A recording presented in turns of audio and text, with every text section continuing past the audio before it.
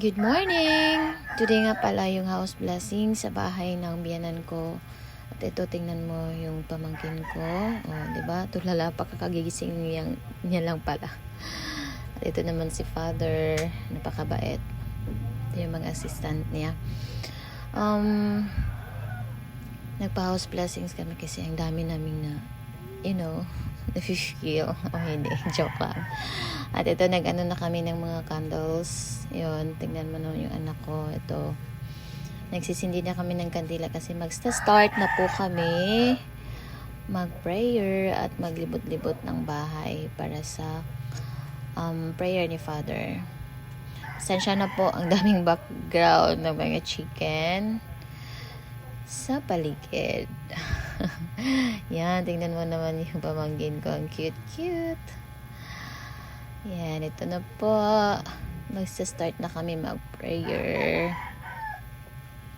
Matagal na pala itong bahay na to. Tapos ngayon lang pala na house blessing. Kasi alam mo na may nagpaparamdam na joke. Yan na po. Nagpipray na po si Father. Nagsa-start na po kami mag-prayer. Okay.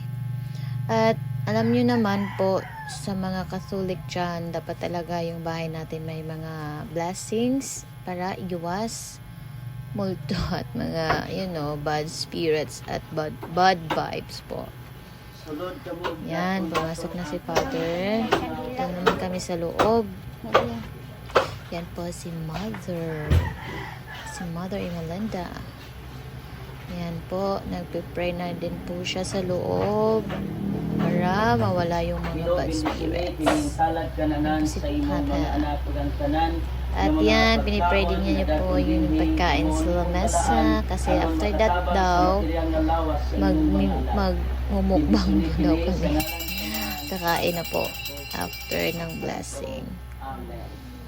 Then, pumunta na naman siya doon sa kusina. Yun na, napaka-cute. Like, nakasunod. Talagang pagising niya, yun, humingi siya ng candle. Until the end, yan na. Lagi siyang, sumusunod. Kasi sumpungin din to ng bata to.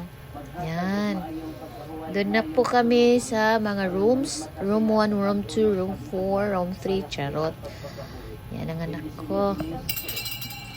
Yan ang munting Santo Niño namin sa bahay. Yan po. Blessing po sa room ni Papa. Tsaka sunod, kay Mama naman din. Yan. Pero yung room po namin, hindi ko po siya sinali kasi nasa labas po kami. Bali, isang compound to. Tapos, hindi ko po siya, yung room po namin, hindi ko sinali kasi nasa labas, hindi naman po kami magtatagal dito. Ano po kami ng ibang room dun sa ano lang po ng bahay ni Mama. Yun po yung mga Santo Niño. Galing pa yan ng Santo Niño Cebu. Bumili kami dyan doon. Nung pumunta kami yung hospital yung anak. Ginoo, bendisyonin, panalangin, yan, yung Santo Niño. Sana gabayan niyo po yung mga tao na nakatira sa bahay. O ang imuhang presensya kanon ay magaubad. Lalo na po yung mga batang makulit. Sa mahal nga bata ang Senyor Santo Niño. Good health lang Abisan po siya, yung karon hinihingi namin, nagapabilin tsaka sa muang happiness presensya sa bahay. bilang usa ka imahen apan Dapat siya talaga usa ka balaan may nga santo mao ang tayo or Ginoo mga nga among ninyos Dios. or mga Bendisyonin imahe tayo kini sa sa ngalan bahay. sa mahal sa anak ko. At magpipray lagi. Yun naman yung pinaka-best. Laging mag-pray. Yun po. Simbolo sa ilang presensya. Tsaka, yung bracelet ko nga pala, inanak ko na pala para may bendisyon.